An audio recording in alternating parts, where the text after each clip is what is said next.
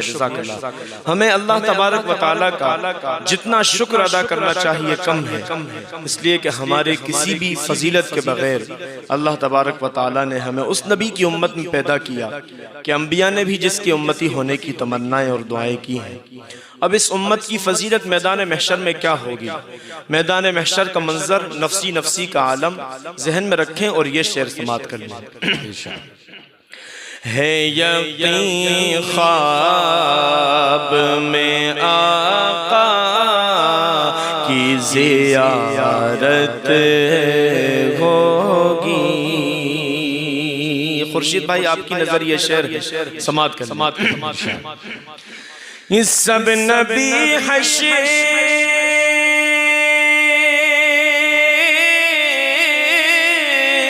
میں کھڑے ہوں گے،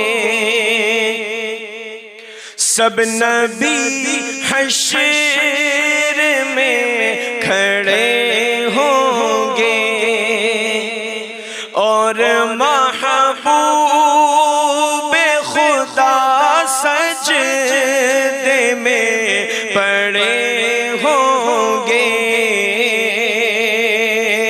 سب نبی حشر میں کھڑے ہوں گے اور محبوب خدا سجدے میں پڑے ہوں گے۔ تو سب سے پہلے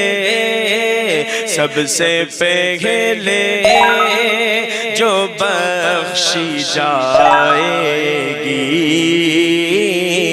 سب سے پہلے جو بخشی جائے گی،